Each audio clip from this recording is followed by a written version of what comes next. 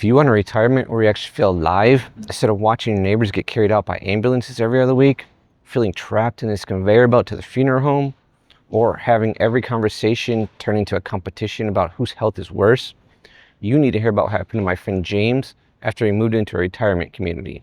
Today, I'm taking you way beyond the financial nightmare that James faced in a previous video. I'm Jason, by the way. I retired early at 39, and now, besides traveling the world for half the year, I spend my time researching retirement issues and sharing my findings here in these videos. And as you might be able to see, we're actually in an airport right now, getting ready to travel to Asia for the winter. And thank God, because look at that snow. Here in Indy, we just got 4 inches of snow overnight. So some of you remember my friend James from a previous video. He bought a retirement home in Florida that turned into a financial nightmare. And if you haven't seen it yet, I'll leave a link down in the description. And since I posted that video, I actually called him up to see how things were going. And what he told me, honestly, it's way darker than I was even expecting. Because the money problems, yeah, those were just beginning. What actually destroyed James wasn't even the HOA fees or those special assessments. It was waking up every single day in what he literally called a waiting room for death. And if you're thinking about one of those 55 plus communities, I mean, this conversation might actually save your life, not just your retirement, like your actual life. So I'm on the phone with James, right? And I ask him, how was it living in that community? Did you make any friends? Did you stay active? You know, all the normal stuff. And there's this really long silence, like really long. And I'm sitting there wondering if the call dropped or something. Finally, he says, Jason, I felt like I moved into a hospice center that nobody told me was a hospice center. I mean, that hit me hard. He told me that during that time that he lived there, about a year total, 5 people on his street alone either died or moved into nursing homes. 5 people. His street had maybe 40 houses on it, so that's over 10% of his neighbors just gone. And here's the thing that really messed with his head. When the ambulances came, they didn't run the sirens. The community had this rule about keeping things quiet, so he'd just look out his window and see these silent ambulances rolling through at like 2 a.m. Lights flashing, no sound. James said it was like living in a zombie movie where death just kind of like glided around silently, picking people off one by one. He told me, I'd wake up every morning and check and see if Mrs. Henderson's curtains were open. That's how I knew that she made it through the night. That's what my life became. Man, when he said that, I honestly didn't even know what to say. And James, I mean, he tried to do the right thing when he moved in. He joined the pickleball group, he signed up for the book club, went to the community dinners, all that stuff that they show you in the brochures where everyone's smiling and having like the time of their lives, right? But here's what actually happened. The pickleball group had 12 people when he started, and within 6 months, 2 of them had passed away. Another couple had to drop out after health issues. One had a stroke, another guy fell and broke his hip, and just never recovered. And by the time that James left, the group was down to about 6 regular players, and half of them were dealing with pretty serious mobility issues. And James said that the worst part was that you'd be playing, having a decent time, and then someone just didn't show up one week. And you just knew. Either they were in the hospital or they were gone. And everyone kind of just looked around with these sad eyes, but nobody wanted to ask because nobody wanted to hear the answer. And the book club, yeah, same thing. He said that the discussions, they weren't even about the books anymore. They'd spend the first 30 minutes going around the room doing medical updates. Oh, my hip replacement got infected. I started chemo last week. My daughter's trying to convince me to move in with her because I can't drive anymore. Real quick, I went from trading my life away for a paycheck to living life on my own terms with $1 million and the world is my office by 39. Want the same freedom? Subscribe to this channel now. I break down the exact strategies that actually work and the brutal reality of what early retirement demands from you, because you need both to escape the trap and actually stay free. So James was trying to make this work, right? He was only 55. He was younger than most people there by like 15 years. And the average age in his community was 73. 73. He didn't realize that when he bought in. And I gotta be honest, when he first told me about buying this place, I didn't think about what that age gap would mean. But James said it was like being the youngest person at a senior center.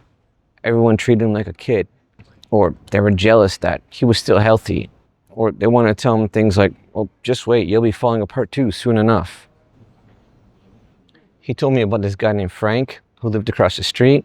Frank was, I think he said 78, and every single time that James saw him, Frank said the same thing. Enjoy it while you can, kid. Your body's gonna betray you before you know it. Every single time. James said that at first he'd just laugh it off, but after hearing it about 3 times a week for months, it started getting into his head. He'd notice a little pain in his knee and think, is this it? Is this where I start declining? He was 55 years old, worrying like he was 80 because everyone around him was just obsessed with decline and decay. And listen, what James told me about the mail that he got in that place, I'm going to share that in a minute because it's disturbing in a way that I just wasn't ready for. So make sure you stick around. But first, the social stuff was just the surface. What really destroyed James was the conversations. See, every single conversation revolved around 4 things: doctors, hospitals, deaths, and how hard it was to get appointments with specialists. He said you couldn't have a normal conversation about travel or hobbies or current events. Someone would bring up a trip that they wanted to take, and within 30 seconds, someone else was talking about how they couldn't travel because their heart condition or how their friend died on a cruise last year. James tried to organize a group to go to this art festival in a nearby city. Just a day trip, nothing crazy. And out of 20 people who said that they were interested, only 3 actually went. The rest backed out because of doctor's appointments. They didn't feel well. They were worried about walking too much. They were recovering from some procedure. He told me it was like everyone was just like waiting for the next health crisis, waiting for the next person to die, waiting for their turn to get sick. Nobody was actually living. They were just existing in this holding pattern. And the depression was real. James said he started feeling it creep in around month 4. He'd wake up with no energy, no motivation. He'd look out his window and see old people shuffling around with their walkers, getting their mail in slow motion. And he'd think, is this my future? Is this what I have to look forward to? Actually, let me ask you something. Have you ever been in an environment that just drained the life out of you? Maybe a job, maybe a relationship, maybe a place that you lived? Drop a comment and let me know, because I think a lot of us felt trapped like this at some point. All right, so here's where it gets really dark. James told me about the mail situation, and I swear this sounds like something out of a horror movie. He got probably 3 pieces of mail a week from funeral homes. Not just any funeral homes, ones that specifically targeted retirement communities.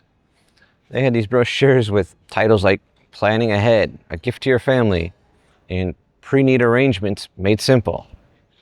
There was also constant mail about estate planning, living wills, cremation services, burial plots. He said one company sent him a full color catalog of caskets. Caskets! Like he was shopping for furniture at IKEA, except it was a box to be buried in. James told me that he started throwing the mail away without even opening it, because it was just messing with his head. But it kept coming, week after week. These companies knew exactly where to target, and they were relentless.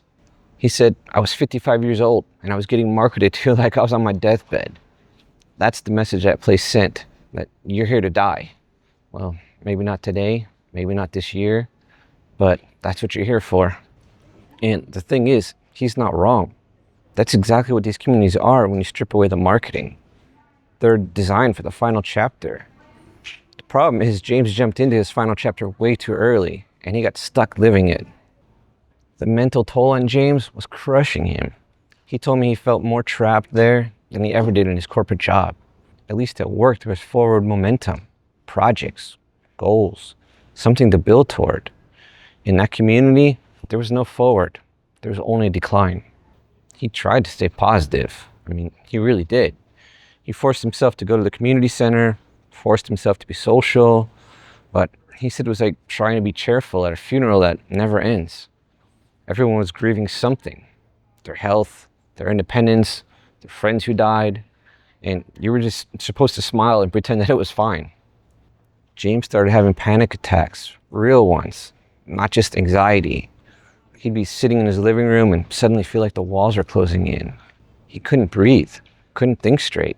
He told me that he'd grab his keys and just drive anywhere just to get away from that place for a few hours. One time, he drove 3 hours to Miami just to be around normal people for a few days. People of all ages, people laughing, people living their lives. He sat in a coffee shop for like 4 hours just watching people, trying to remember what it felt like to be part of the actual world instead of this death waiting room. He told me, I realized I'd voluntarily put myself in a prison, a really expensive prison with a pool and a pickleball court, but still a prison. The isolation was killing him. Not the physical isolation. I mean, there were people everywhere. It was this existential isolation. Like he was the only person there who hadn't accepted that life was basically over. James said he tried talking to his neighbors about future plans, things he wanted to do, places he wanted to go, and people would look at him like he was being unrealistic. At our age, they'd say, better just to enjoy the simple things. But James didn't want just simple things. He was 55. He had potentially 30 or 40 years left. He didn't want to spend them comparing prescription medications and waiting for his body to fall apart. The worst part, and this is what really broke him, was when he realized that he was starting to become like them. He caught himself complaining about his back to a neighbor, having a full 15-minute conversation about back pain. He went inside and literally looked at himself in the mirror and thought, who am I becoming? He said that was his breaking point. That's when he knew that he had to get out, no matter what it cost him financially. Because here's what James figured out, and this is the lesson he wants everyone to know. These communities, they aren't designed for people who want to live. They're designed for people who are done living and just need a comfortable place to decline. If you're 55, 60, even 65, and you still have life in you, still have dreams and goals and energy, these places will suffocate you. The average age, the constant confrontation with mortality, the lack of vitality, it'll drag you down faster than any disease. James told me something that I'll never forget. He said, I spent 30 years working my ass off so I could have freedom in retirement. Then I used that freedom to lock myself in a cage with a bunch of people waiting to die. If I could go back and slap some sense in myself, I would. So, where's James now? Well, he got lucky. He managed to find renters for that place. So he's basically breaking even on it, just covering the mortgage and the HOA fees. He's hoping that he can sell it in 2026. So thankfully, he's not living there anymore. He's currently down in Mexico at the moment in his little beach town near Puerto Vallarta. He said it's full of people from all over the world, all ages, all doing their own thing. He surfs most mornings, he's learning Spanish, he's making friends with people in their 30s, their 40s, their 60s, people who are actually living their lives instead of counting down the days. His whole energy is different now. When we talked, he sounded like the James that I first met on that snorkeling trip in Thailand. Excited, engaged, present. Not like the depressed version of himself that was slowly dying in that retirement community. He told me his only regret was that he wasted almost an entire year of his life in that place. All that time that he'll never get back, watching people die and feeling his own spirit dying along with them. Look, I'm not saying that all retirement communities are exactly like the one that James moved into, nor that they are all evil or wrong for everyone. If you're 80 and need the medical support and the accessibility, maybe it makes sense. But if you're in your 50s or 60s and still have a life to live, think really hard before you lock yourself into one of these places.